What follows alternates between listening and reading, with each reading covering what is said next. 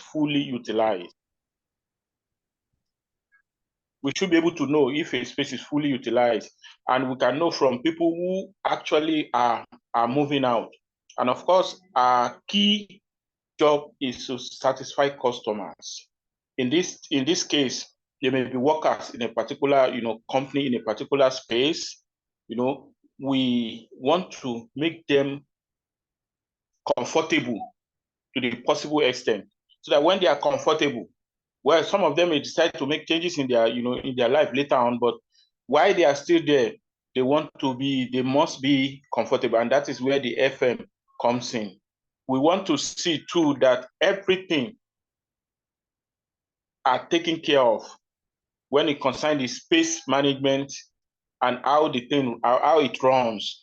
And aside that, when there is need to move, company move for different reasons. Some want to move close to their customers, close to their competitors, so that they will understand the latest technology in the business which they are involved. And of course, the FM now will take the leading role.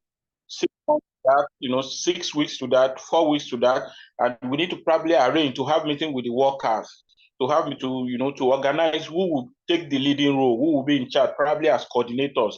And when the time gets closer, certain items needed to be placed in their rightful place.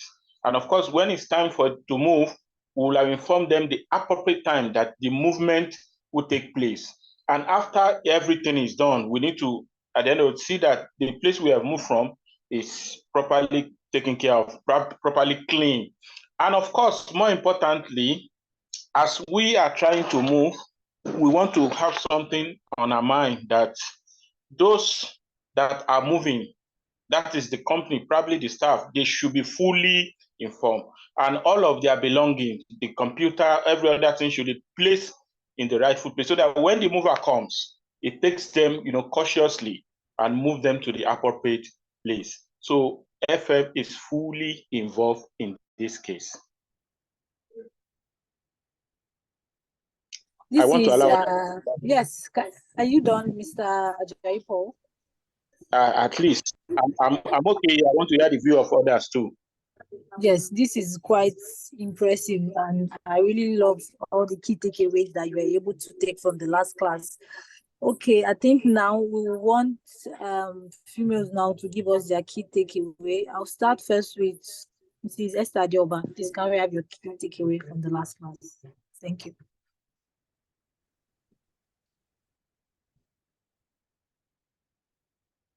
Okay, if she's not available to speak, let me call Mrs. Nkechi Imebori. Please, can we have your key takeaway from the last class? Hello, everyone. Good evening. Good evening. Welcome. Can hear you. Okay. Bakarat, before we proceed, my last name, yeah? The B is silent, okay? Is Imevore. Yeah. Okay. I noticed you struggled last week, then again today. Okay, so there were so many takeaways, but one that I really liked, because I've been in that situation, is about lease agreements. The last facilitator talked about ensuring that we have a sub-lease agreement in a lease agreement, so that if there's need for you to tweak, the main lease to accommodate, things that will come up, you will have that, you have the rights to do that.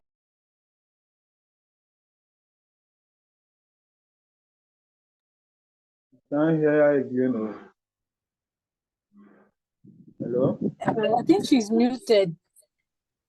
Okay, I think someone muted me from your end. Okay. Okay. So I don't know why you guys heard me up to. Okay. So it's necessary to have a sub-lease in a lease agreement. So if there's room for you to tweak, the main lease, you can do that. He cited some examples in a facility in VI where they had, leased a large space, and he noticed when he visited that the occupancy rate was really low. So encourage them to, to come to 2 floors instead of spreading out into 4 floors.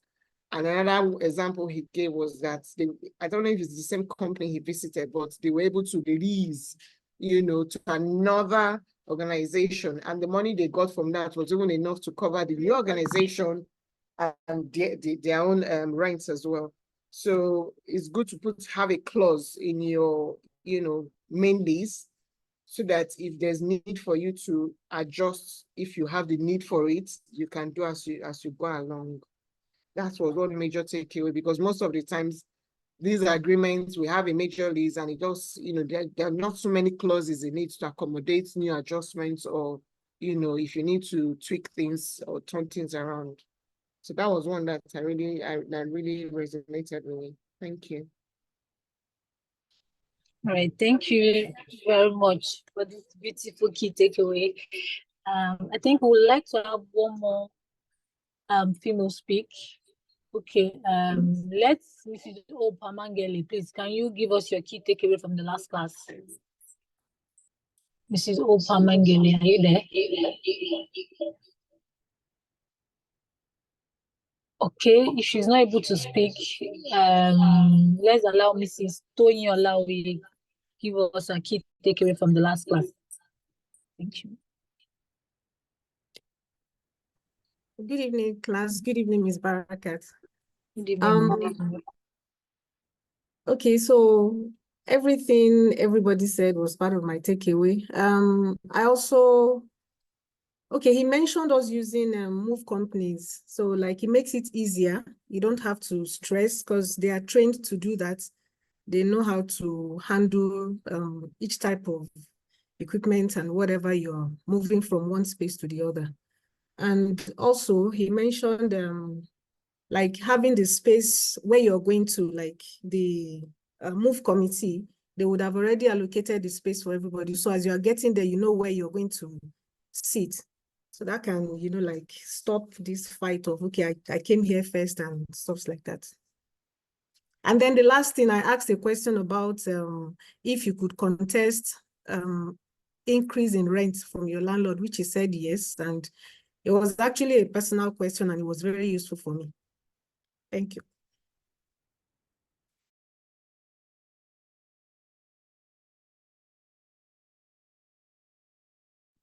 All right, thank you very much, Mrs. Toyin Olaoye, for that beautiful key takeaway. I think at this junction, I would like to hand over the mic now to the facilitator. Over to you, sir. Welcome, sir. Good evening, all.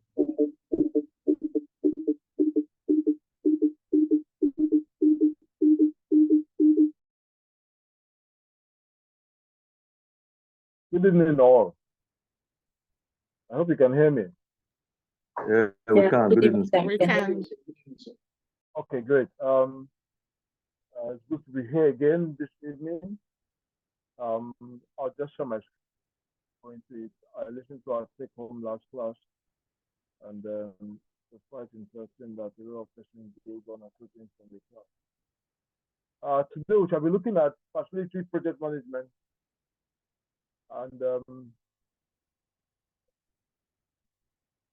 it's a form of introductory into project management. As a facility manager, we have the opportunity of handling a lot of projects, but albeit small projects, and the need for this project to be structured, managed in a very structured manner is required and key for to be more professional in managing your facility that you are resident in or that is allocated to. By way of introduction, we just get into what a project is. A project is defined as a temporary endeavor undertaken to create a unique product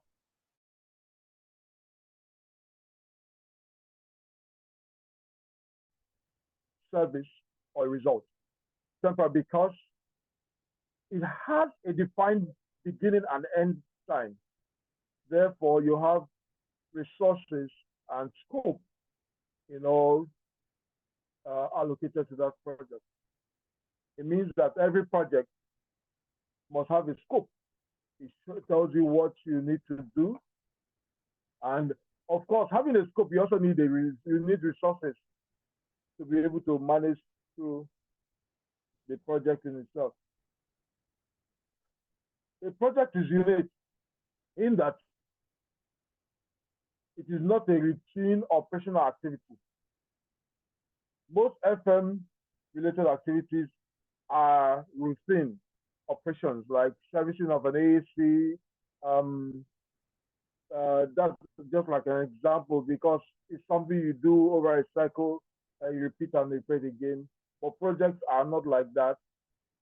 They start and finish, and then the operation takes over, and then you start to do your maintenance, and each maintenance cycle is referred to as a maintenance routine.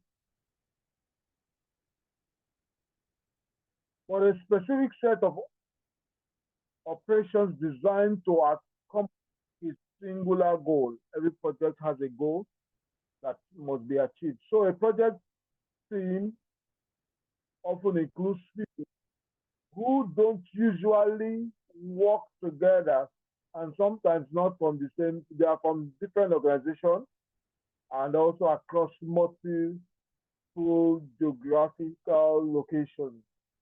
So you can have a project that you are managing or you are part in and and operating on different, from different departments and different geopolitical regions of the enclave, so to speak.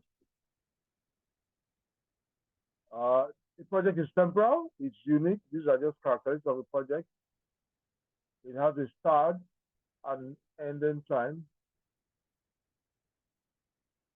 And then we have scope, which has to do with the work and the quality that is required. And we also have stakeholders that are part of the project. And we also have resources, which the people and the material. You have material resource and the human resources, and which are all part of the project. You also have a budget that is attached to the project. Planning the project.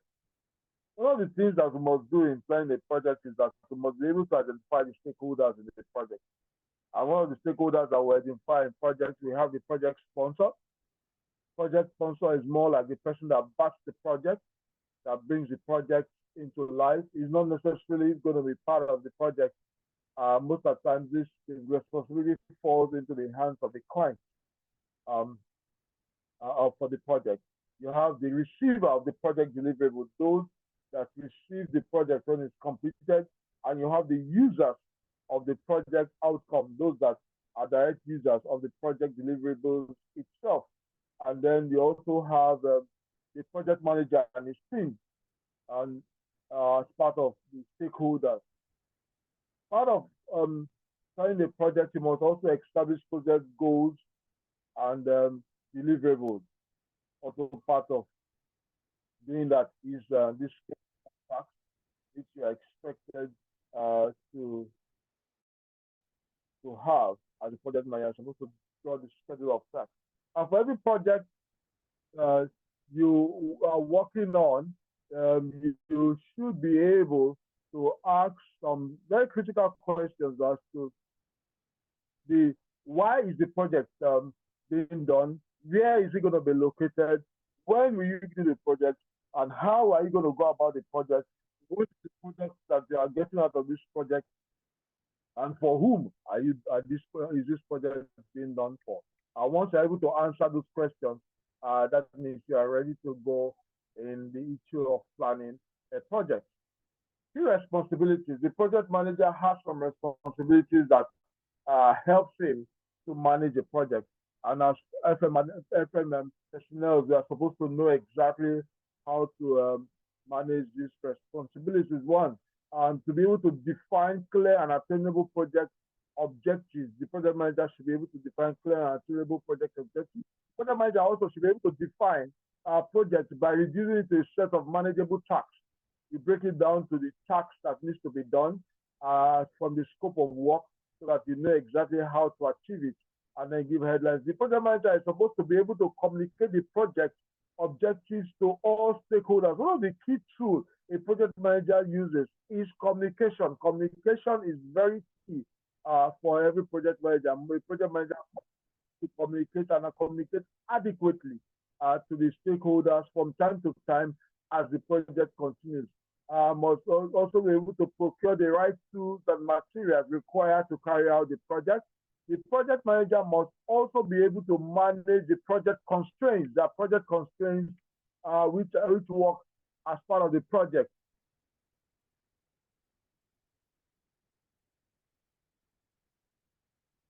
That they must be able to manage. So it's very important for the project manager to be able to manage the project constraints that are attached to the project and then know exactly how to manage all these constraints as they affect the project in itself.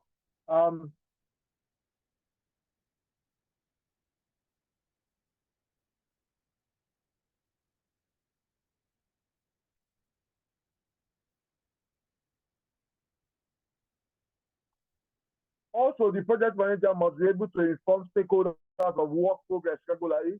The project manager must be able to assess, monitor, and mitigate against risks. The project manager must be able to assess, monitor, and mitigate against the risks that are attached to the project. Every manage to changes. Every project comes with its own changes that they were able to manage it.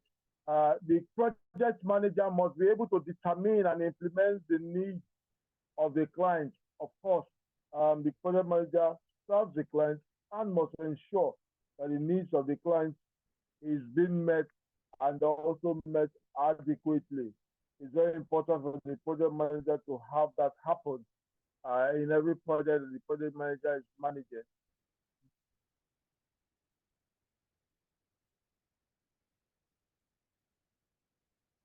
There are some skills that the project manager requires to be able to manage every project that the project manager is into because of the people that he or she may encounter from time to time. One, the project manager must have conflict management skill because the project will be having a lot of personnel that will be attached to it, and those personnel, it's not easy to manage human beings. So the project manager should have people management skills, may be able to also know how to manage people and manage conflict as it were, and as it affects the project in itself. The project manager also must be able to have leadership skills and must be result oriented. The project manager must be able to work in a manner that is a problem solver and a creative thinker. The project manager must be good in planning and organizational skills, must also have time management skills, and also project management skills. It's important that the project manager has that. And the project manager must also have good negotiation skills. It's very important.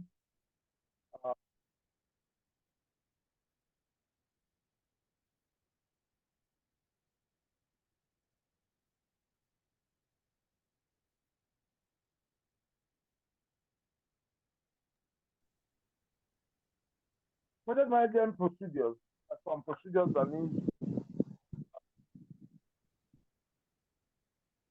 that the project manager needs to be able to carry out a project. A case for project initiation. Project initiation is one of the procedures that is required of the project processes that's supposed to go through. The purpose of the project is defined at the time of initiation. The different options considered are to be considered at this time also. The project manager is supposed to be able to evaluate other optional methods or other alternatives that can be used to achieve the project to give them a good result, and also must be able to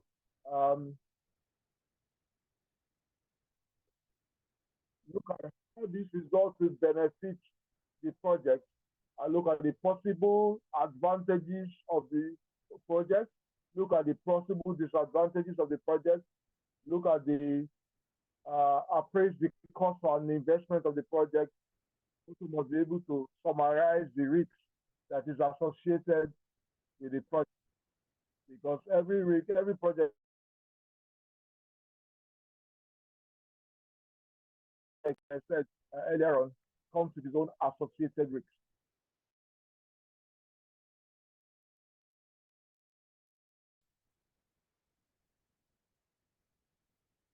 Project management process.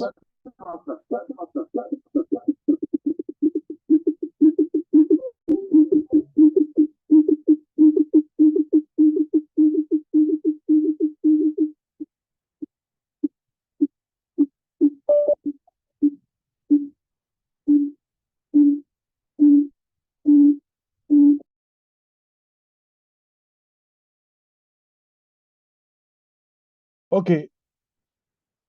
I hope you can hear me better now. It's a lot better, very loud and clear. Okay, great. Thanks. Yeah, the sound is good now. It's very good now. Okay, great. It's good. It's good now. It's not very good, but it's good. So that you not go and change again. Okay, no problem. Let's manage this one, please. Let's proceed. Project management process. The process is that you need to go through in a project. A project life cycle includes the steps required for the project manager to successfully manage a project from start to finish. There are steps. We call it the project management process. And there are 5 phases in the life cycle of a project. The 5 phases are called the 5 groups: the initiation phase, the planning, execution, monitoring and control, and the closing.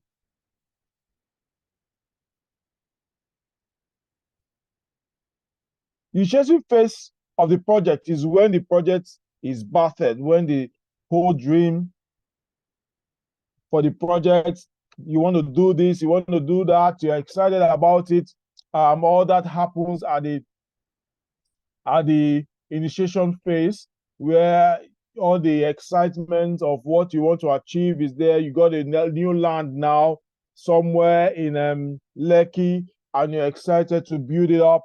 And then you decide, oh, I want to build a 8-bedroom mansion. I want to do this. I want to have a swimming pool. I want to have this. I want to have that. You have a bucket list that you're writing all the old things that you passed. Immediately you buy that land and you decide that you want to build a duplex there or a mansion or whatever you want. Immediately you take that decision, the phase of initiation stops.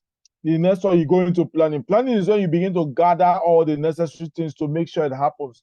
That's when you begin to look at the cost benefits. You begin to look at the cost that is required to have the project done. You prepare the designs. You look at all the things. You look at the rigs. You look at everything that you have to do at the planning process, at the planning stage. Then you move towards the execution. Execution is when you start up with the project in itself. You start the full project execution in itself. And while execution is going on, normally it's interfaces with the monitoring and control process, because that's where you keep checking to ensure that the project is going as planned and everybody is doing what they're supposed to do according to the plan and according to the standard.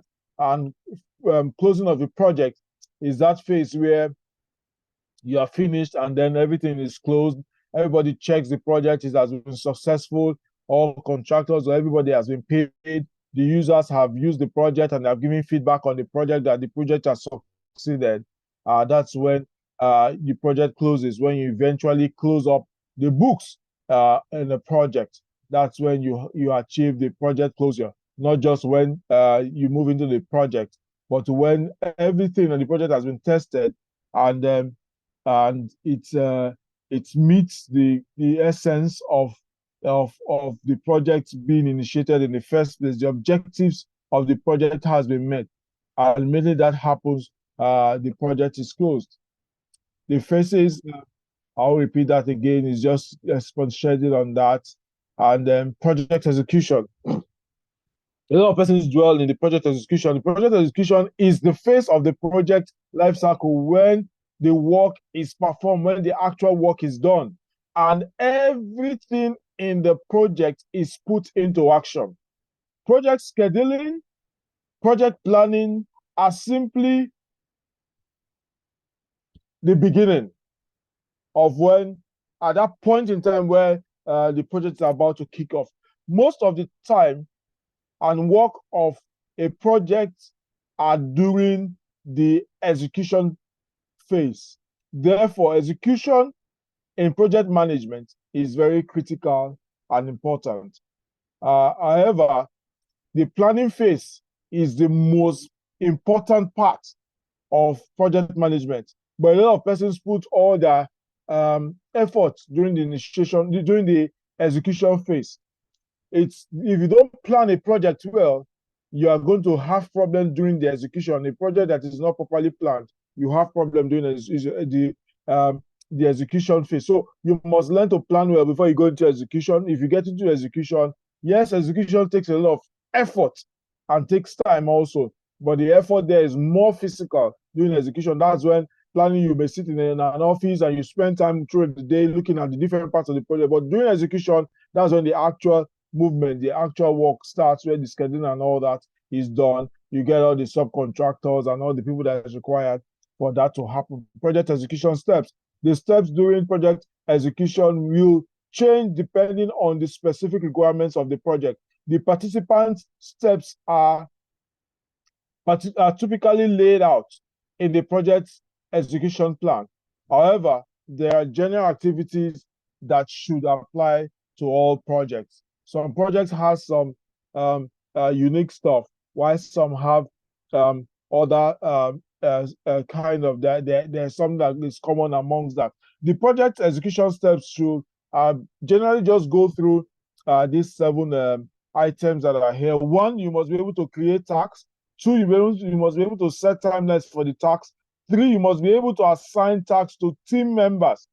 Whether it's directly you as a project manager or your consulting team or the contracting team. And then you must be able to track progress to be able to know how the movement is going. You must also learn to communicate regularly, engage with stakeholders, and schedule changes where they are applied. Schedule changes where it applies. A project execution phase activity includes 1, to begin the work in itself, manage the workflow for all project tasks, issue management, risk management, manage change orders, manage project communication with all stakeholders, verify when milestones are reached, conduct gateway reviews as required, report on project status regularly to stakeholders, report on project status regularly to stakeholders. You must report to the stakeholders from time to time when the project is progressing, so that they know exactly what to do. The project triangle, which some persons will call the triple constraint, which has scope at the top, time at one side, and cost on the other side, and quality at the middle. This is used for analyzing different difficulties during project execution.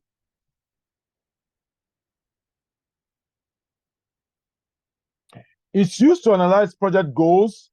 It's also used to illustrate the project success, and is also used to illustrate the interrelationship between scope, time, cost, and quality. In every project, mainly the contract is signed, if the project goes into This is a collateral triangle where you have time, scope, cost, and quality agreed. No matter what it is that is done, at the point the project is signed, it goes into that triangle. And any shift of any point of this triangle will affect the quality of the delivery that needs to be done. If you tinker with the time a little bit, it will affect cost and it will affect scope, and then it will affect quality. If you tinker with the scope, it will affect the time, it will affect the quality, it will also affect the cost. If you tinker with the cost, it will affect the scope, it will affect time, and affect the quality. So it's something that you must always look at from time to time as a project manager. The project management structure looks at the roles and responsibility defined and accepted. All the responsibility, the roles of the team members and then the stakeholders must be defined and then accepted accordingly. The project's key roles include the project sponsor and the project manager. The project manager in himself houses the project team and all the stakeholders that work with him around the project. You must also have the project brief, which have the project plan, the risk assessment for the program, for the project, and the project closure formalities, as it were. There are some barriers that always we have around project. One of the barriers is misunderstanding. Misunderstanding. You must ensure that the project in itself is well understood, both by the project manager and by his team. Both by the project manager and by his team. The problem of misunderstanding, you must try to avoid it as much as possible. Then also, poor management. When the project manager is not skilled enough and it doesn't have good management skill, it affects the project. Poor communication. When the project manager does not communicate with the stakeholders from time to time, it may affect the final delivery of the project. We also have personality conflicts. Personality conflicts. We also have disagreements that may also arise in the project. We also have goals and objectives not clearly defined. And another thing which most of the times you cannot do about is bad weather. Bad weather. Bad weather. Bad weather.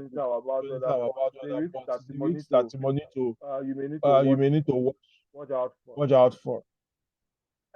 Ensure the following do not occur in the project that you're managing. One, that customers' expectation not being met. Once the customer's expectation is not being met on the project, it means that you have failed, because the expectations are documented in the objectives and goals of the project. And once you are not meeting up with that objective and the goals of the project has failed. So you must ensure that you always have the goals and the objectives met in the project in order to meet up with the customer's expectation. Exceeding project budget. When you spend much more than what was budgeted in the project in itself. And this problem always occurs when the project is badly scoped. When the project is not properly scoped, two things will occur. You exceed the budget and you exceed the timeline, because you don't have a full and clear understanding of the scope of the project. Exceeding project timeline, using inconsistent procedures and processes. You just cook up one process or one procedure by yourself that is not known, and you use it for the project. That's not the way it should happen. You should work with consistent tools and familiar processes. Significant amount of overtime. As much as possible, in projects that you're running, you should avoid overtime, because overtime will produce a negative result. Because most of the times, once you have so much overtime in a project, the personnel or the resources, the human resources that worked on that project, they get overstretched. And at the end of the day, they do not give their best for the project. Waste of time and resources. You must ensure that you do not have waste of time and resources. Unforeseen external and internal events. Unforeseen external and internal events. This has to do with risk. So you have to properly plan for the project. Define the project. Define the project. We look at the project, define the project itself, the phase, and the project input.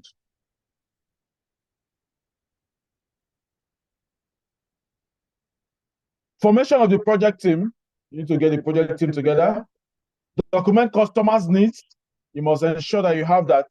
Develop a project charter and project process map. So everybody knows exactly what they're doing and knows the procedure of what they're following. You actually define the communication path so that everybody knows the right communication channel and how to communicate to the stakeholders at every point in time. Most projects, the project manager itself is the chief manager of the communication channel. Define project objectives. The first step to undertaking a project is to define the goals and objectives. The steps required to achieve the goals and the objectives of the project. The project objectives should describe the project's outcome. And it must be smart. That is, it must be specific, measurable, achievable, realistic, and also must be time-bound. The project in itself objective must be concise and clear. It must be accepted by the project stakeholders and provide a clear description of the project in itself. The project objectives must be simple and communicated easily to all the project stakeholders. When defining objectives, separate goals from objectives. The goals are broad statements of the project. The goals are the what of the project. A project may have more than one goal, but several objectives per goal. The objectives are specific statements supporting the goal. The objectives is the how of the project process. Consider the following when defining objective. One, the what and how. What do you seem to achieve with the project and how do you want to achieve it? The time frame.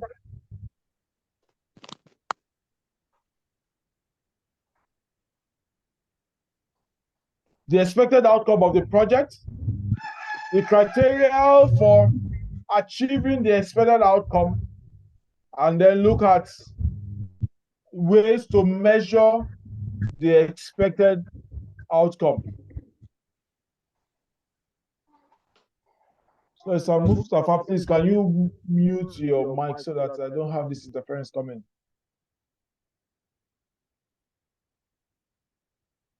Define project purpose. Say the purpose of the project. Link the purpose to the organization.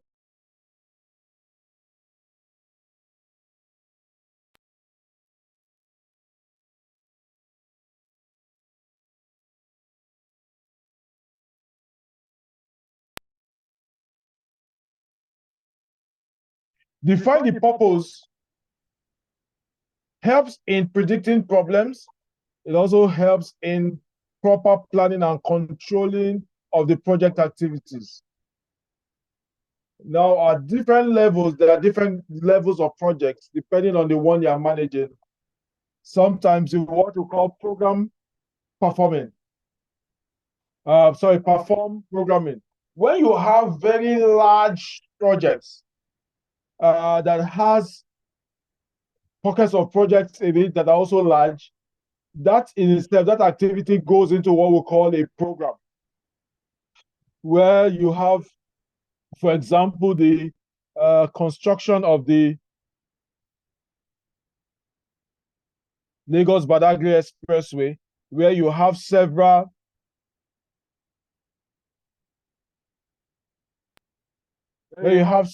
activities happening at the same time. You are building bridges, you are building the rail tracks, you are building the road. The rail tracks in itself is a project in itself. The whole activity that is happening at that stage, at that point in time, is what we call a program.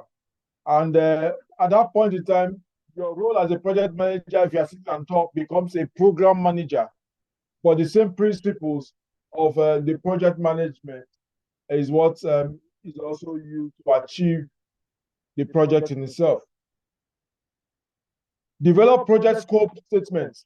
Define the objective and the deliverable of the project.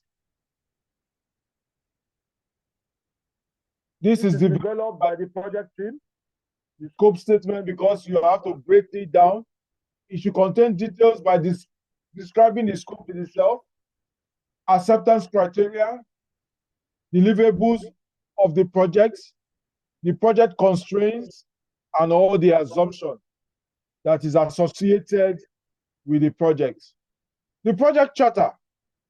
A charter is a formal short document that states a project existence and provides the project manager with a written authority to begin the project in itself.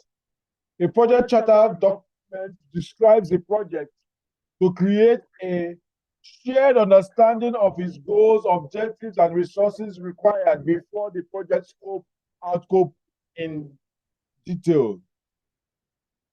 The project in itself must first of all have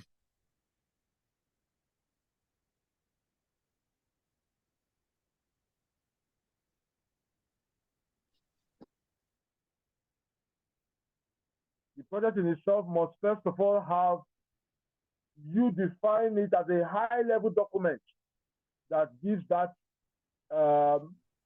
general overview of the project, such that you know exactly what the project is all about. And that document that does that is referred to as the project charter. The project charter is created in line with the business case of the project as described by the project sponsor, i.e. the person who is responsible for the project existence in the first place. And it is a critical part of the initiation process at the start of the project. Now, the objectives of the project are ultimately fixed into the project charter. Ultimately, the purpose of the project charter is to document the goals, the objectives, and the business case for the work itself. Once created, the project charter serves as a sort of contract between the project sponsor and the project manager, giving a top-level overview of the expectations and authorizing the project manager to mobilize resources to achieve the right outcome. Now, at this point, the project in itself is fully understood by the sponsor, and the project manager has the authorization to carry out the project. All projects must have a business case, which will look at the bottom line. Eventually, when the project outcome comes out, it actually gives the necessary zest to the project in itself to be done, where you understand what needs to be done in the project, and then you carry out the project in itself, where you know the goals and objectives of what the project sponsor and the project team needs to do. and then you define the goals and the objectives that are associated with the project. It is important to note that at every point in time, the project manager must work in such a manner that he understands what the needs of the project sponsors are. Plan the project. Define project scope involves determining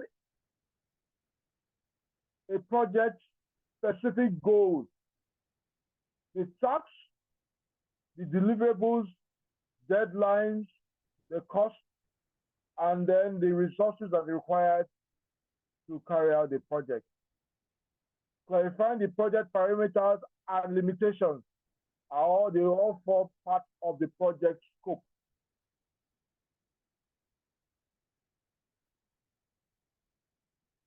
Then you need to set project duration, which gives like an overview as an estimate of the time or the duration of the project to be done. This estimates the duration of each work activity, integrating the activity into a proper project schedule. Duration is set on availability of resources.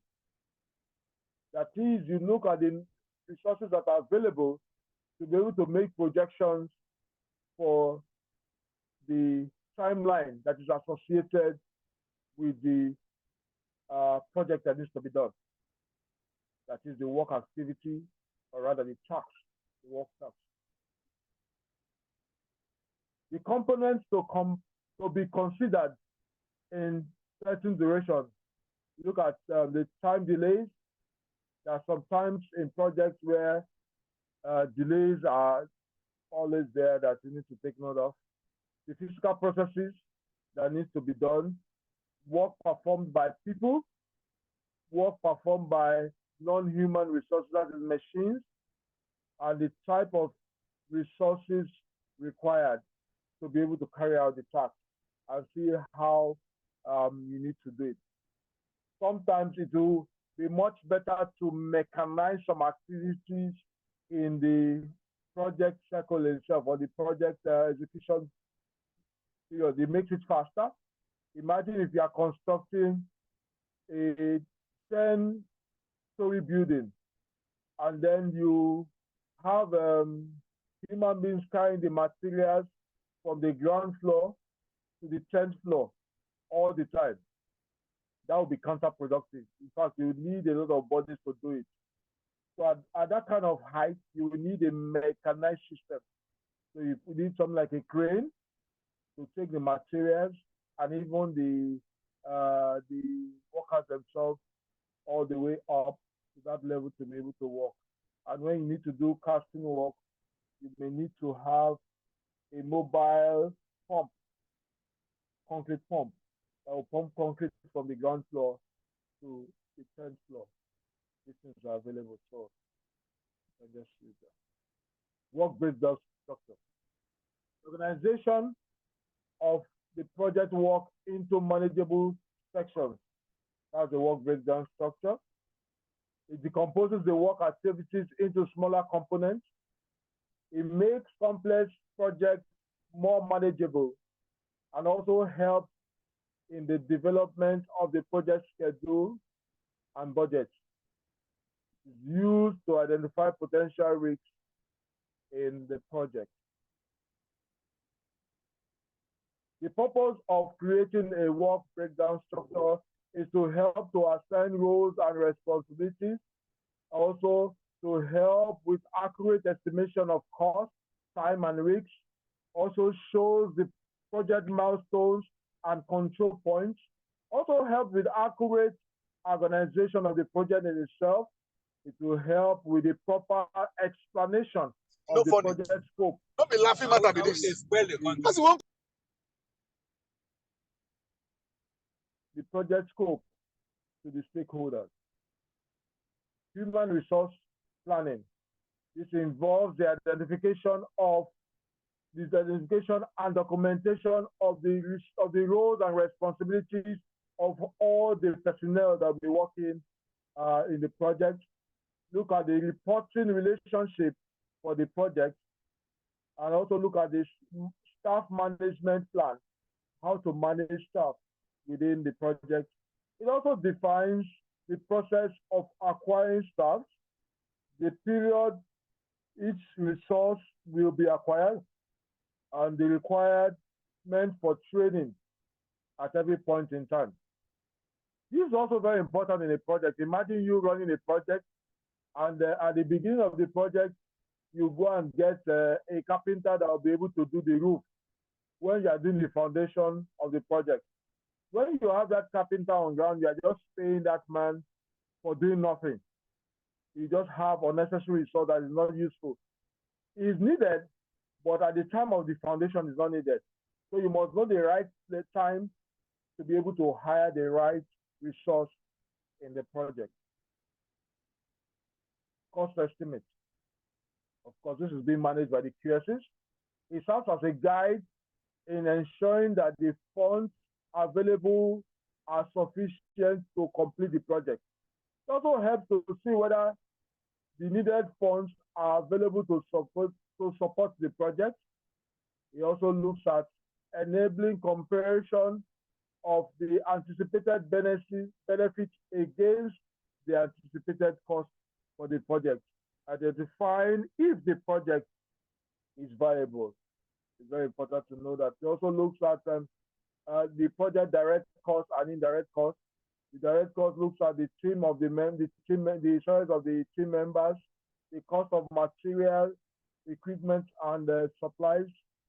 I also look at transportation costs as a direct cost to the project. Those are looking at those that are working in the project directly compared to this. Indirect cost looks at the general overhead cost and also look at the administrative cost. That is those activities that happen at the back end. It has to do with things like the back-end support staff, internet provision, and all that is attached to the project in itself. Okay, it's about 6 o'clock. We'll take a 5 minutes break now, and when we return, or rather, we'll take a 10 minutes break.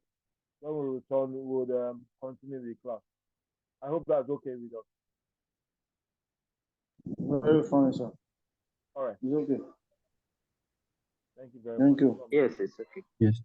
All right, thank you. Back. Let's start off.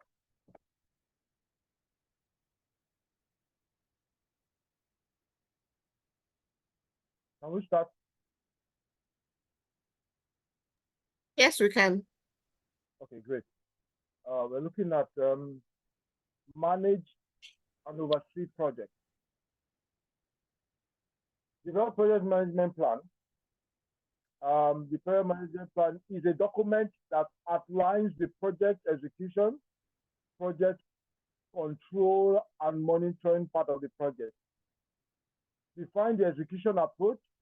That is how you want to undertake the project in itself.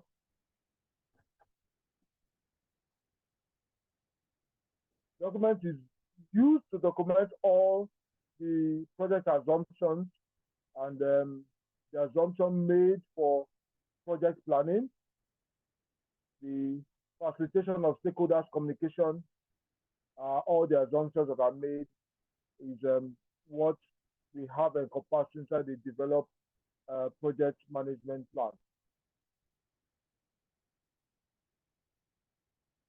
A project management plan should address the following. What is the project addressed by the project? That is the project in itself. What is it solving? What problem is the project solving? Every project is supposed to solve a project. Sorry, every project is supposed to solve a problem. So you need to know exactly what that is. And then you look at what are the project deliverables. Who will be involved in the project? What are the project team's responsibilities? and what is the project timeline? What timeline is associated with the project? How long will it take for the project to be completed? And every task that is associated with the project, how long will it take for them to be completed?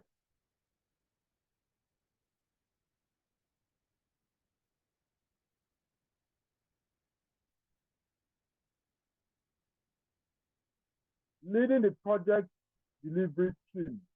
As a project manager, you should lead the whole team, and you must learn how to lead without using so much authority. That is, you must be friendly with your project team members and try to motivate them to succeed in the project. Have an understanding of how to motivate your people.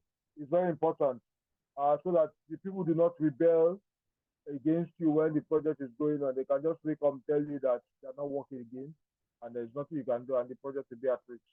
So you must learn to motivate them. You must learn to treat them well. You must learn to treat them right, and then so that the project will succeed. Essential ingredients for a successful project delivery. Ensure that the project team stays motivated. It's very important that the project team is motivated. Increase the knowledge of each project team member as much as possible. If you require to train them, you train them. Increase each team member ability to make decisions.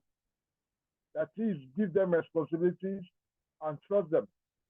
Trust amongst team members. Encourage trust amongst team members so they know exactly what to do. And you, as the project manager, you must be very firm in your decision making. You must be firm in taking the right decision and holding to the decision you take so that the project succeeds. It's very important that you, as a project manager, take the right decision and also ensure that the project team members know that you are a very firm person when it comes to the decisions that you are taking in the project. Risk management. One of the key roles of the project manager is to be able to manage risks that is associated with the project. Like I said earlier on, every project has its own associated risks. Look at common risks in the project. One, unexpected reduction in budget.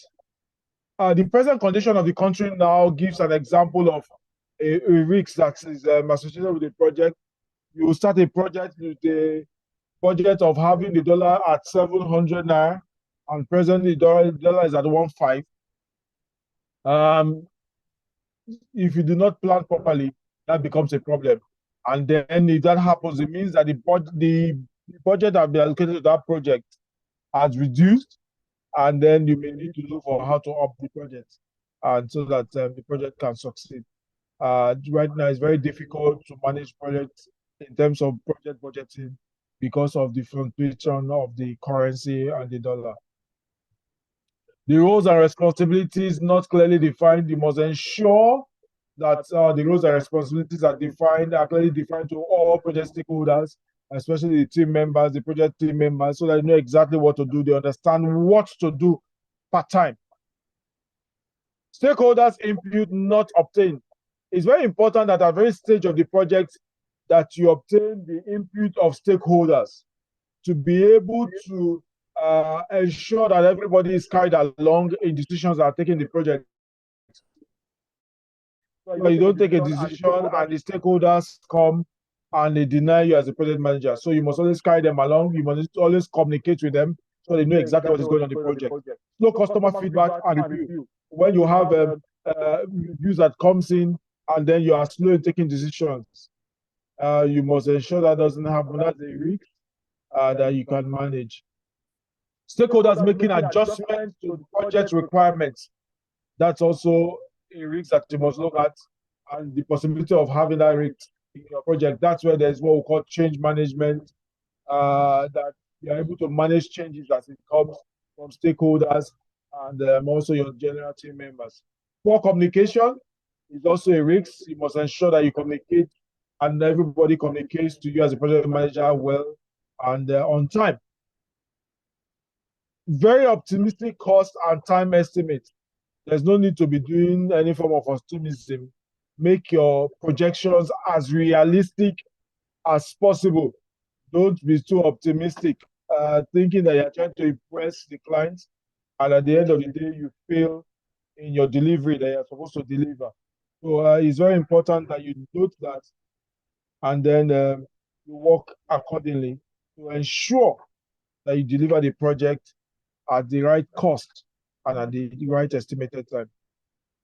Stakeholders need not fully understand. That is a no-no, is a risk that you must work against. And stakeholders adding new requirements. Of course, that you can, there's nothing you can do about that. That will always happen. But you just look for a way to manage that from time to time. Steps to managing project risks. One of the things you need to do is that you know that there are risks that is associated with the project. Risk management should be part of the project plan. You project and see the foreseeable risks that will affect the project, and then you plan for them. Early identification of risks in the project is very important. So you must ensure that you, from time to time, at every milestone that you get to, you look at the associated risks that is associated with that milestone. Risks should be communicated to all the parties involved immediately.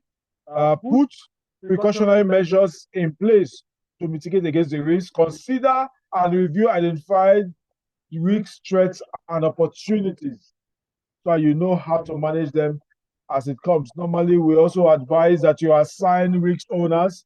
That is, each risk that you have, you try and look for somebody that is responsible for that risk to manage it. So the person puts an eye on it. Prioritize every risk that comes in so it doesn't affect the project. Risks should be closely analyzed. Plan and implement response to risks, and you must also keep a risk register so that you learn from the risks that you would have encountered in the project. When you're running on that project, you know exactly what to do when you encounter that. Plan versus project monitoring involves monitoring and tracking the process of the project schedule. That's for monitoring. It helps in identifying variance from the project baseline. There's always a project baseline where you should be. It help you track where you are from where you should be. Helps to keep the project within the scope, budget, and time. Also helps to identify when there is a significant deviation from the general project baseline.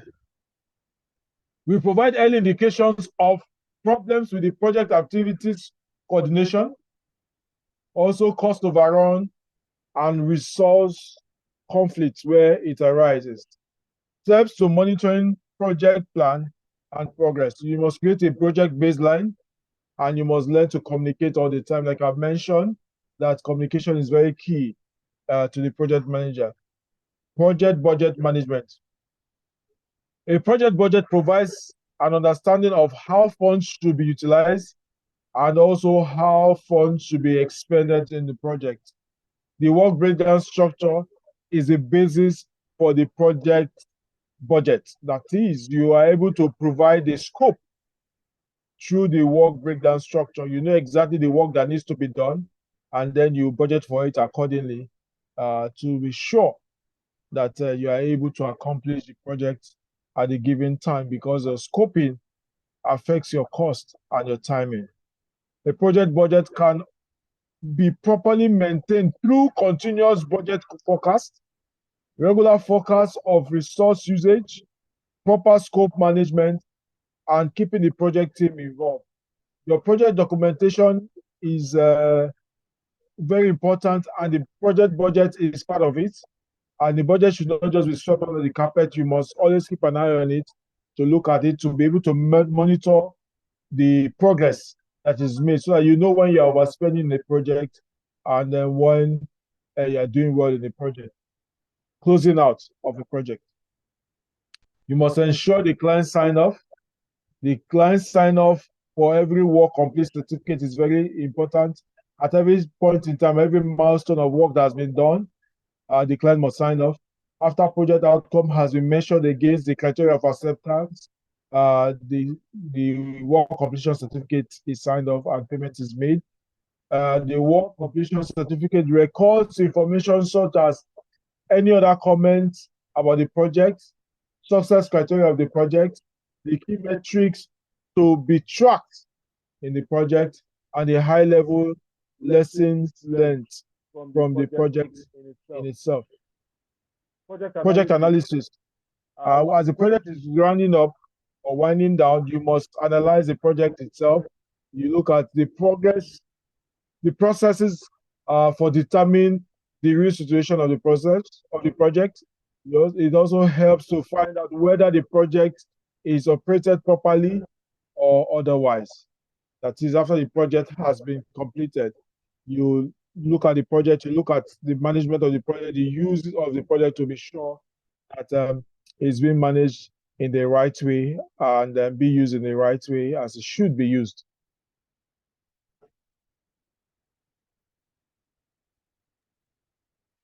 After the completion of a project, confirm whether the project has become successful to achieve its objective. Also, identify and resolve any issue that may arise during the project operation. Evaluate project success or failure. Determine if the expected objectives were successfully achieved. It's very important to determine that. And also the following are reviewed at the project analysis stage. You look at the achievement of the project objectives. You look at the proper utilization of resources. You also look at this savings on the resources in the project. You look at the usefulness of the decision that were taken in the project. I look at the service delivery generally in the project. After the project is done, there's what we call project commissioning and handover. That's when you test the project to be sure that what you have done here and all the installations are working properly and safely.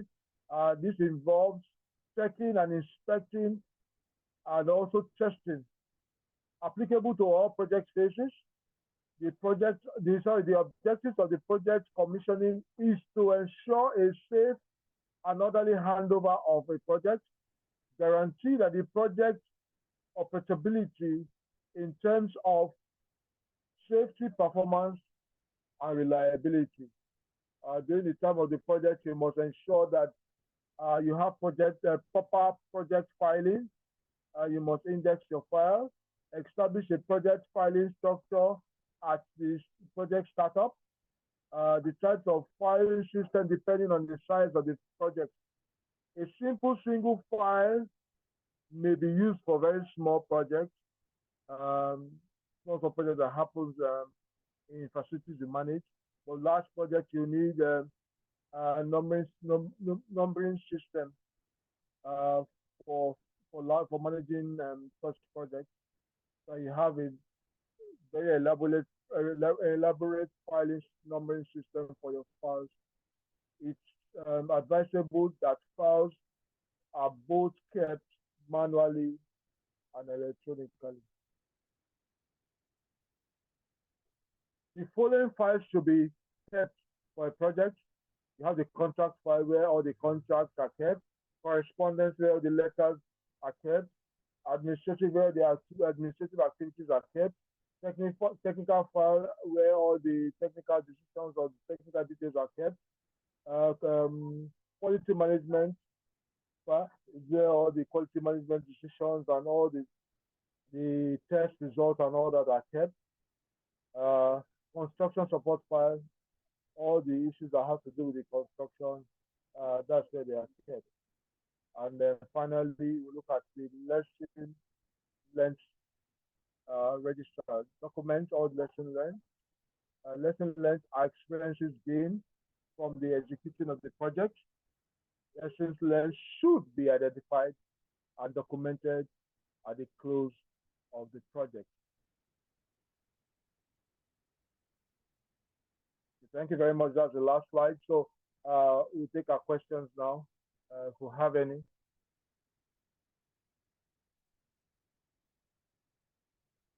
So you can just indicate by raising up your hand. Okay, I can see Nkechi's hand. You can unmute yourself and Okay, thank you so much, sir, for the presentation was very insightful, although the audio was really bad half the time. My question is, for large projects, like say the Dangote refinery that was recently commissioned, how many, for that size of project, how many PMs would one have in, because during, you mentioned during the programming, I can't find my notes now. Anyway, you mentioned that at different stages, for instance, building a train rack, a train, what's it called? Building a bridge or a train and track. They're like different projects. So for a large project, would you have just one PM or more than one?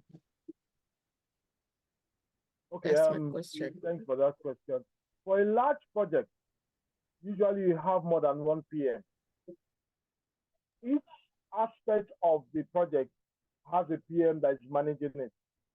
But the overall head at the point of that large project is called a program manager, because you relate directly with the individual PMs.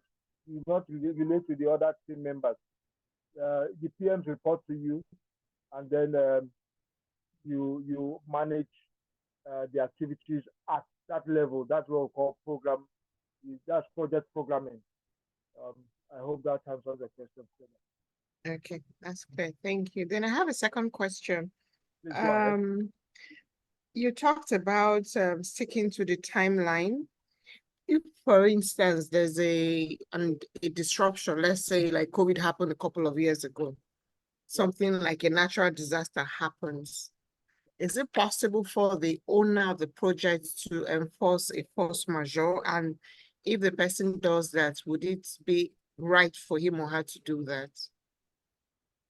Yeah, force majeure in projects is like an act of God. What you can't do anything about. At any point, like issue that you mentioned, the COVID, a lot of force majeure happened at that time. Either persons can call for a force majeure, the client, the project manager itself, even the contractors that are associated with the work, is something that nobody has control over. Once there's a force majeure, of course, that you can call it at any point in time. It's a risk that is not seen, and you can't do anything about. If there's an earthquake, for example, where you are building a skyscraper and the building comes down, it's a force majeure. You can't tell the contractor to pay. The clients are not may not be able to multiple funds to speak of all of a sudden. They probably stop that project for that time being and see how to survive after that kind of incident. I hope I've Thank you, sir. question. I have one more. Is it okay to ask one more? Okay, just let me more. take your one more then. Okay. Thank you. Okay, so I've noticed in the axis, the part of time where I live, there's a lot of development going on, lots of constructions, and I noticed the pace at which buildings are completed. I know that some people may have the money to just get it done, but is there a timeline for, let's say, typical 4-bedroom duplex? Is there a timeline to complete that project? Because I see some of them 1 month, and I'm wondering, is this the reason why we see a lot of buildings coming down, quickly? They collapse and you are running helter-skelter to rescue people. So the question is there a timeline to complete a certain number of buildings in terms of, let's say, is it 3-story, 4-story? Because these days everything is just, especially with the estate developers. Thank you. That's my last question. Okay, let me just answer that. Every project is unique in itself, and the project stakeholders determine the timeline that is required. normally what we do is the concrete elements, especially if you are going multiple floors, determines what we call the critical part that you cannot do anything about, you cannot change it.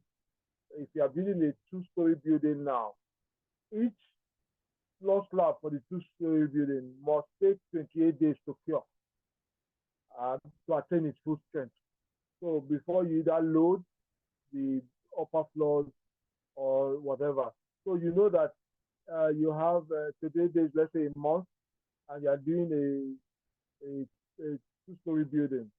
It means that you should be looking at a projected completion time of earliest, like a 4-month period, because you must ensure that the slab cures.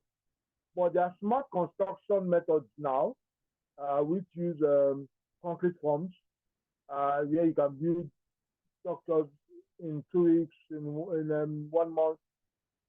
This will be up, but finishes to take some other time. But the timeline for construction is actually determined by the project consultants themselves. Thank you. Let me take Tokpe Aluko Samuel. Can you unmute yourself and ask a question? Okay, if you're not ready, let me take allow the you. Yes, sir. Okay, go ahead, Tokpe. Good evening. Good evening, sir. Yeah, I'm a developer developing some set of estate. So I have some critical questions we need to ask. And about 2 weeks ago, we see what's going on in the country. The cost of materials suddenly increase. Like reinforcement, for instance, it was about 520, 550 about 2 weeks ago. But I'm talking to you up to 1 million. If you want to buy the one that passed test, approved by the government, so on and so forth. So it's about 1.5 million. That's it. I mean, yeah, 1.1 million, sorry. Then cement suddenly increased, almost double of the price, and so on and so forth. Now, as a project manager, what can you do? Are you in a situation like this? Are you going to advise your clients, for instance, I'm a developer, I'm a contractor, I get it, or I'm a project manager on a project. So what can I do? Am I going to advise my client to stop the project? Or is there any way out that we can use? Every project there's a particular amount being set aside for the project. So in a situation whereby we have already over what we are spending, especially the present situation, is over what the client budget to do the project, and what, for instance, the team presents to the client that this was going to finish the project, and suddenly everything just jump up. As a project manager, what can you do to the clients? What advice can you give to the client? Secondly, as a facility manager, everything just move up as dollar. Make reference to it the other time that dollar is about 1,590. That was as at yesterday. I don't know today what black market, because bank does not sell to me. So in a situation like that everything just increase, and you have a basic to manage the estate for the people. The basic of what I mean is there's a certain amount for instance, some estates they don't pay every month. They pay per how long. And they pay in the beginning of the year for what's going to happen for the rest of the year. So in a situation like this, that everything just go up. So how can we approach this to the people? Because it's not everybody that understands. It's not everybody that understands this, and it's not everybody we begin to meet one after the other. This is the situation that they like. And even though if you explain to them, if they understand, there are some people that will still tell you they are less concerned. They have paid for this year. For instance, somebody have paid in January. They will come over to December, and he has paid, you must provide the services to them. So in a situation like this, that things just increase, what can we do? That is my question. Thank you very much. Okay, your two questions are one are the same in terms of the outlay. one of the things you must learn to do, especially at this critical time in this country, you must be transparent. You must be able to communicate with your clients and the stakeholders at every point in time. They need that communication and they also need proof. So you must be open enough to communicate and back up whatever claims that you have with full documentation that is verifiable, so that you'll be able to, that's the only way to engender trust, one. Two, it is an act of force majeure when people cannot manage the extreme cost variance that arises from policies of the government that you have no hand in. No client should hold you responsible for the present cost or price of dollars, which has affected the cost of building materials adversely. Recently, I'm running a project, and as of January, we bought cement for 5,400. And just last week, we wanted to buy cement, and cement was 8,500. We just went to the client straight up and told them this is not sustainable. The client was we have paid. And we just told them, okay, there's no problem. We'll pay us for your labor, supply the material. That was when the client understood that it is important that they will up their budget. So at every point in time, it's very important for you to communicate with the client so that they are able to be carried along with this shift, which they are already aware anyway. So it's just for you to keep communicating with them, and then so they can make the necessary adjustments. It's no fault of anybody. There's nothing you can do. But these days, most contractors, what they do, they give the option to the clients to purchase. And for smart clients, they normally turn down that offer. But these days, if you want your project to succeed and you as a contractor to survive, you must look for a way to let the client know that, hey, the basic major materials, you can supply them. So when the client goes to the market, they know exactly what the cost of materials are. And that's the way I've been managing my project so far, and it has been working. Thank you very much. Okay, Alade, you can unmute yourself and let me take your question. Okay, thank you, sir. This is a very insightful class. My name is actually Alade Elu Adeniyi. Alade Elu Adeniyi, yes. The A is just no Adeniyi. Okay, sorry about that. All right. Okay, I have two questions. I don't know if I should ask the two in one now. The first one is that you actually talk about a big project. Let me just in view of the class today, and I want to ask if you have let me say, a smaller thing to do in the office.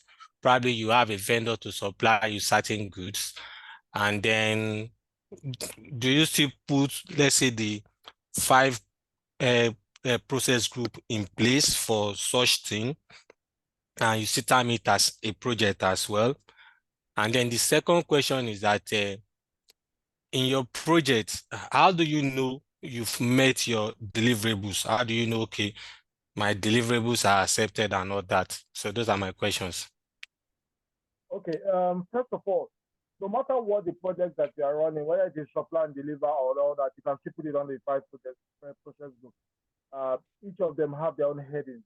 Even as much as even cooking at home, cooking is a project. So cook rice is a project. And every process group is represented there. So you must. All right. So whether it is large project, whether it's small project, it's just that sometimes some of the process groups are interconnected. They just, so you may not see them very elaborate in very small projects. Even to make small as a bowl of eba. It's also a project. All right. You will Okay. see this until you are asked to make eba for 2,000 pesos. That's right. So Yeah. that's when you know that eba itself is a project. So it's the same thing, that the same rules that apply. The same process to make the eba is the same thing, but it's just that on a larger scale and a smaller scale. So that applies. Yeah. I missed up the second question, sorry. Okay, the second question is, I asked, how do you know you've met your project deliverables? Yes. Knowing that you met your project, at the initial time of the project, you're expected to write out your project with the deliverables, which yourself and the client will sign and agree to. Okay. So at the Okay. conclusion of the project, you just go back to that document and just go and see. Okay, like a checklist. Yes, there's a checklist. Maybe, okay, let me give an example. You are asked to tile a room, and the agreed square meters of the tile, let's say it is a 100 square meter tile, 60 by 60, 55 tiles, white color, and they are tiled horizontally. Those items I've just mentioned now, you can form the expected outcome of the project. When they finish the tile, you get there, you check, is it 60 by 60? You check, correct. Is it white tiles? Or is it tiled horizontally? Correct. The total number of square meters, is it 100 square meters? You check, is correct. So maybe I've met all that the criteria has been done. Okay. All right. Thank you, sir. Thank you. Yeah. I'll take Ibrahim now.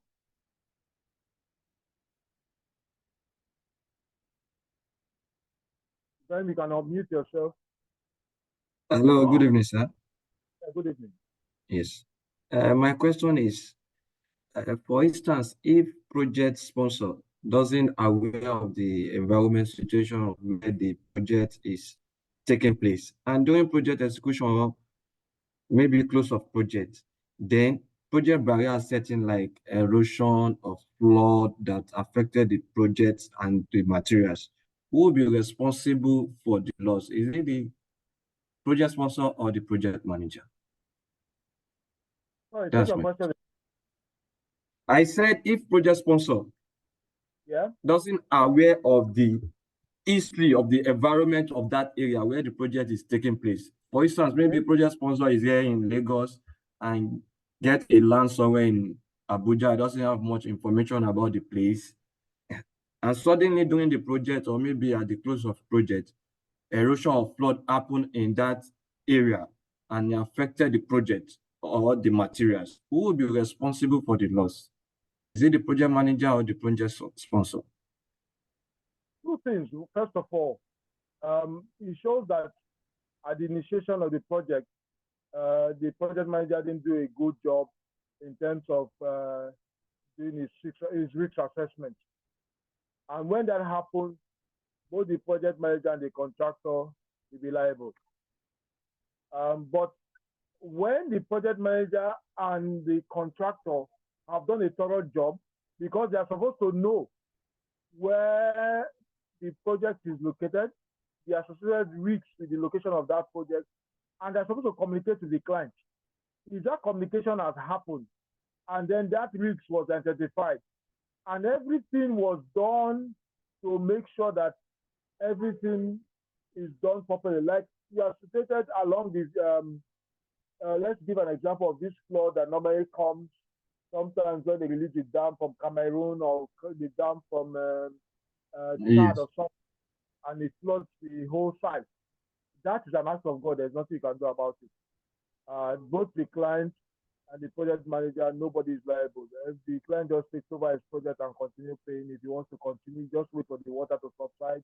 Whatever damage has been happened as much as it's verified and there's proof, the client will see it as the materials have been bought already for the project, and probably they will pay for it, or they share it, or they have a discussion on how to manage that. It's not going to just be the fault of the project manager. But again, before such things happen, there's always a projection, there's always an announcement So when that announcement happens and you know that your site is located along that area, you have to communicate with the client so that you tell them that you need to pause the project till the flood is over, and then you continue. And if the client at that stage refuses and tells you to continue and the flood comes, it means that the client will be held solely responsible for whatever loss that may have arisen from that. Okay, thank you, sir. Thank you very much. Okay, let me take Udoma. Yes, good evening, sir. Good evening, sir. I must say today's class is commendable. My question is, in a case of sudden inflation outbreak, what is the best applicable approach to situations of reduction in budgets? I mean, during process execution. I mean, during project execution, rather. Okay. Inflation, right?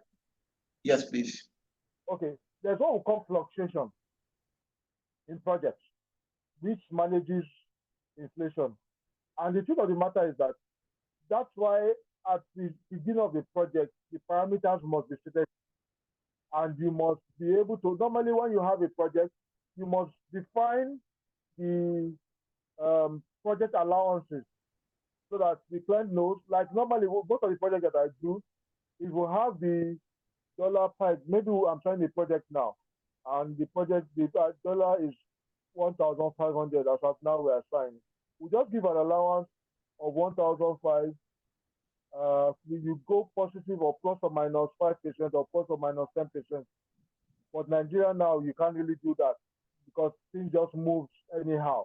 But normally we do plus or minus 5%, plus or minus 10% at max in project. So that if anything, if movement happens within this range, it is acceptable. But if it goes outside that range, then you need to stop the project, everybody comes to sit down, and then you now do a reworking of the project parameters and the costing.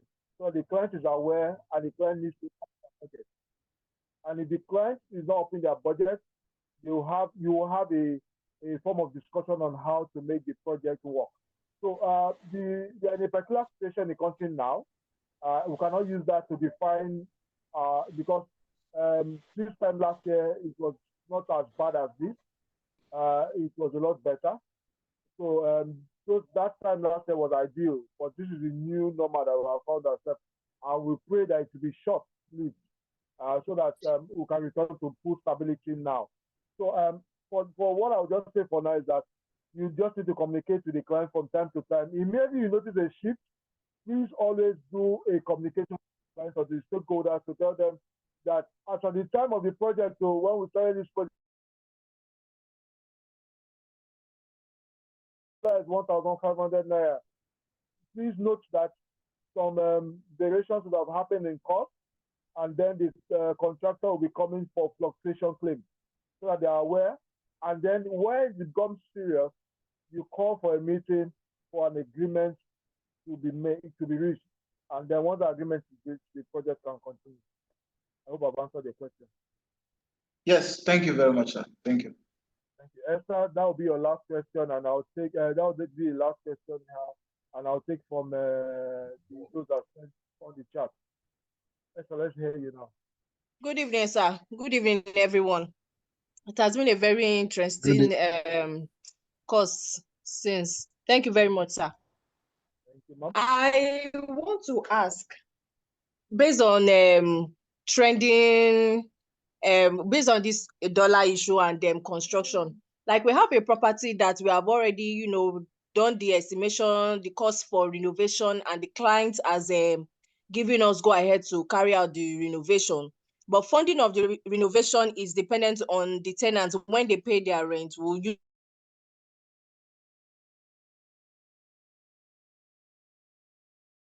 pay? And we have given approval on the budgets of the renovation. Now, if we based on all this price of everything going up, there's every tendency that budget we have is not going to work again. So we may have to revisit the quotes again. I want to ask, is it possible, is it advisable, maybe for subsequent, or if you have cases like this where you are not certain that, okay, maybe 50 million naira is enough to carry out a project. If you do your normal cost, let's say 50 million, and you tell your client that, okay, the total cost of carrying out this project is 70 million, given, you want to, make provision for inflation of prices of materials and all these things, is it advisable to go that route? Okay, let me answer this way. Like I said earlier on, the situation we find ourselves in this country is not a pleasant one, and no country should be in this kind of situation. You must be ingenious at this time. And let me give you a life example. I submitted a quote for a project sometime in 2022, and it was approved December 2023. And then we had to commence work January 2024, which we have actually started. At the time of commencing work, the client was very smart. In December, they paid, normally they don't pay up to 20%. They paid 70% upfront to quickly block the pricing, knowing that prices have changed. Before that time, I had written a letter to let them know that the movement of dollar and the cost of using materials has changed, and then they should be ready to accommodate the new cost. French was reasonable enough, and they accommodated the cost that needs to be done, and the project has been done. Now, for your particular situation, there's nothing you can do. You visit your budget, you must visit your quotations, and revalidate them. In fact, these days, most validity period for project-related activities has reduced from 2-3 months to just a week or 2 weeks. In fact, most of the times these days it's just a week. And just to let you know that when they give you a quote today, if you don't take a decision now in the next 1 week, and you take a decision afterwards, it will be reviewed, and then you pay the difference. We'll just keep communicating with the clients and then with the people you work with, so that they know that yes, this budget has been approved. You just relate the budget to the quantity, and the rate is what will vary. So you just go for approval for the rate, so that the quantity remains, and then the shift in terms of working the new rate. I think that's the best way to manage that. Thank you very much. So let me just take a few questions from the chat. Somebody said, please, let me read that. Who are internal and external stakeholders in the project? Well, internal stakeholders are those that are the project affected directly. External stakeholders are those that are not directly under the coverage of the project, but also affect the project. If you have a project somewhere located in, let's say, Apapa, all the truck drivers that are supplying container in Apapa, all of them are stakeholders, because they are going to affect your project in one way or the other. So those are just an example of external stakeholders. Please, can you explain more on proper utilization of resources and saving resources? Okay, I mentioned that as a project manager, you must know when to hire resources for your project, and then know the right resources to hire. Sometimes you may need to puzzle between using human resource and using equipment to achieve your results. Experience of your past project will come into bear. Unfortunately, we don't have so much time for me to give you an example, but like I mentioned earlier on, you must be able to get the right craftsmen at the appropriate time for the project. If you are doing the work to be done at a particular time, is what determines the resource that is required for that project. And then if you have a proper project plan, which breaks down the work activities and the tasks to be done and the duration and when it to start, it helps you to plan for the resource that needs to be done. if you start your foundation for the works now, and you know that between January and let's say June, you should have finished all your block wall and you should be ready to produce the windows for the project. It means that by the time you are getting towards March, you should be getting your aluminum people ready for them to submit their quotes and all that, so you can take a decision on the windows, and then they will start fabricating the subframes to install on site so that the windows can be done. Same goes for the doors, because all the block walls are up. You need to produce subframes for it to be dressed into before the plastering starts. And also, that still goes for plumbing activities and electrical work, because they need to cut through the walls. Immediately the block walls are up, you need to get them to come and do their first fixes, break through the walls and put their pipes inside the wall before it is come to dress and plastered. So that's why you need all those resources to come.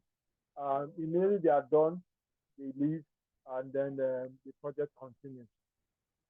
I hope I've answered that question. That's from Omotaya, and the first one is compared. Our time is up for today. I want to thank us again this evening for our time to be part of this class. I trust that, and I want to believe that you have learned one or two things.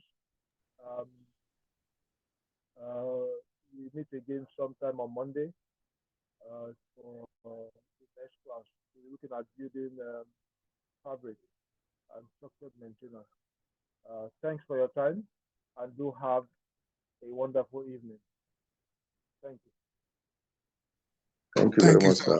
Thank you, sir. You too. Thank you, sir. You have a lovely weekend, sir. Very grateful, sir. Thank you. Good night, everyone. Good night. Good night, all. Good night, sir. Good night. Good night. Thank you. Thank you, sir. Good night. Good night. See you tomorrow.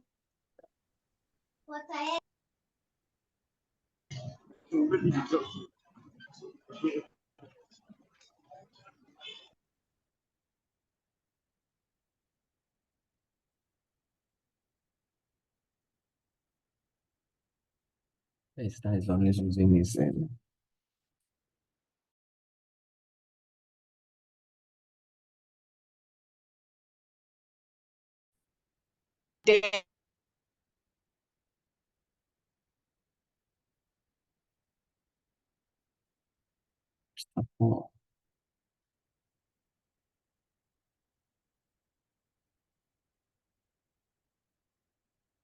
Okay.